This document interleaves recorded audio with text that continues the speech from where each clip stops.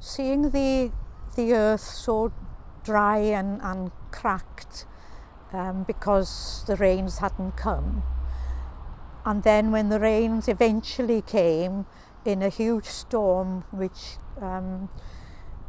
affected the whole crop and destroyed their home, it showed how vulnerable their life is in Kenya.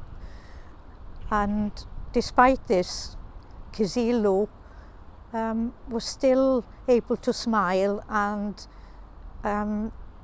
go around trying to help his neighbours to do things, simple things like planting trees to help themselves with climate change. This was all very powerful, I think.